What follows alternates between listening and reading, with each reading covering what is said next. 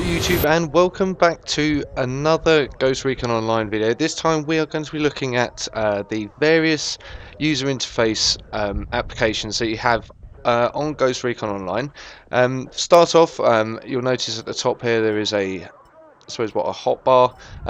Quick play here as well allows you to go into game modes. This is for character customization, purchase weapons and equipment, view character information, various options, and support.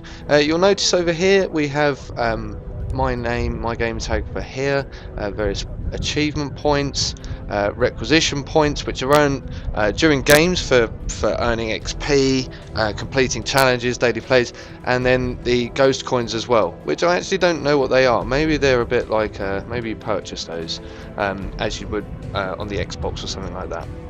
Okay, so from my loadout, this is basically how you change whatever you're going to be using at the time, and you buy these attachments, various attachments. So you'll see that there are standard magazine, fixed stock, bottom attachments, short barrel, barrel attachments, side attachments, and special ammo, which you then move into, and you purchase this in the shop. This is obviously customizable for your armor that you're wearing. You can have different armor, different handguns, hats as well, squad support items, devices, that's things like cloaking and oracle as well, various different types of grenades.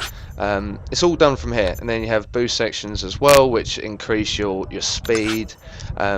So anyway, that shows you a basic outline of of pretty much what you're going to start out with. We're in the Recon class at the moment, and so that will be a loadout. This is where you'll change what you're using as you go into each game. This is also changeable from inside the game as well, I believe. So it's a nice, easy to use, user-friendly start-off point. Okay, so next we're moving into the store, and this is where you purchase all the goodies that are on offer from Ghost Recon Online. You purchase them using ghost coins or requisition points, which means you can either pay for them or you can actually earn them and then upgrade. So one way or the other you can upgrade. So we'll start looking at the guns. Submachine guns, so you buy all of these. You notice that they're only accessible at certain levels. This is for, well, this is the PP2000 for example. So I couldn't, even if I had sufficient RP, I couldn't do it until I was at level 10 anyway. This stops obviously people just going out and just hammering into the top level guns straight off the bat. You have to play in order to get up to being able to use these weapons in the first place, which is a nice touch. It's a nice touch. Next we'll move on to sniper rifles. Again, there's a lot to choose from, and as you move further on up to level 30, you can start buying the SVDs. But there are, God, how many are there? 2, 4, 6, 8, 10, 12, 14, 16, 18, 20, 21 available sniper rifles, which is pretty impressive. That's just for the Recon class as well. Submachine guns and sniper rifles are available to the Recon class, and then we come into pistols as well, of which there are 7. So there's plenty to choose from just for the Recon class, and that's simply for weapons alone. So these are all purchased, as I said. So it's a lot to gain and work towards in this game straight off the bat. Now, devices.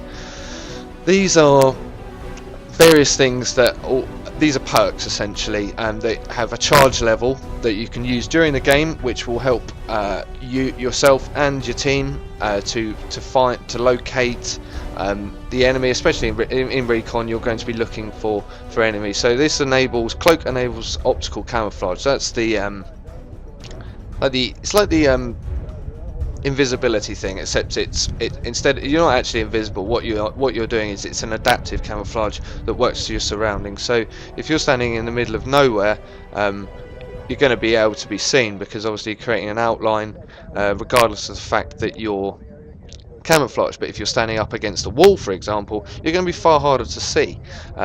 This is you can't get that until you're at level 2, so you have to reach certain levels before these are available to you. And the Oracle, this is the detecting enemy detection system that you would have seen in my other videos, where you basically show your outline to the enemy when this is activated. It's got a scan range, it's got scan frequency, it's got an exposure time, it's got an activation cost and detection angle as well. It's a very the whole beauty of this game is that there is very deep settings towards everything that you can buy and use. These are the squad detections. This is a vector detection. As it says, you detect sprinting enemies and highlights them to you and nearby allies. Gunshot detector, that shows you up on the map as if someone's just had a shot. It's a fairly standard one that most people will be used to. Okay, so the fact that you have to unlock these, someone has to unlock these in order for it to show up, is a nice touch. It means the mini map stays uncluttered, and it also means that you won't be able to see people that are firing just because you're in the game, and that's again adding towards the tactical advantages of this game. Okay, so armor, we'll very quickly go over this with various hoods, and then you can upgrade your body armor so that it'll have different impacts. Impact results, you get regen, speed differences, plus minus points on each piece of armor. What else are we looking at? Critical evasion, toughness, armor, health, regen, speed. These are all things that make each piece individual and in its own right useful, which is nice. So it shows again a deep customization. Consumables, these are storage, extra storage space for your weapons after you've bought them, instead of having to dump them. Special ammo, at the moment there is only magnum ammo, which would probably be pretty effective anyway. Armor inserts, these are what increase critical evasion, health. These are like additional little perks. Toughness is there as well.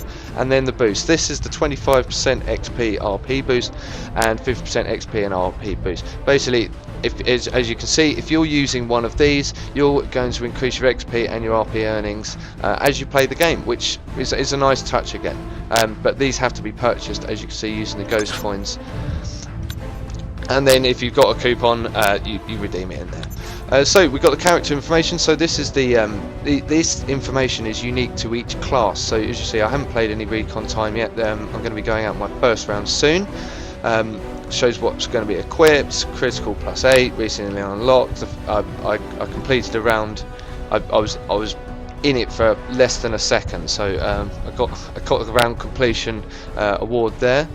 Achievements, as you can expect, they're not going to be very great at the moment. We see my assault, I've got 3 of 50. This shows all your achievements for the 3 classes available, recently unlocked and in progress.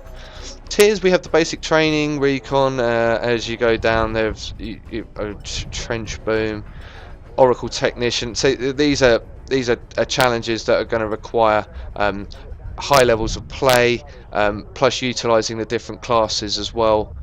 In fact, if this is just for recon, this is just the recon tiers. So you're going to be looking at different ones for assault and support as well. And here we have the medals displayed, additional things you can unlock and just sort of work towards, which is good. And then we have general options as well. So hopefully that's given you a bit of an insight into the user interface of Ghost Recon Online. It's very in depth, it's very well made, it's very user friendly, and it's going to it gives everyone a chance to have something to work towards from the get-go. So hopefully you've enjoyed this, hopefully you found it informative, and I shall see you in the next video to come. Cheers, bye bye.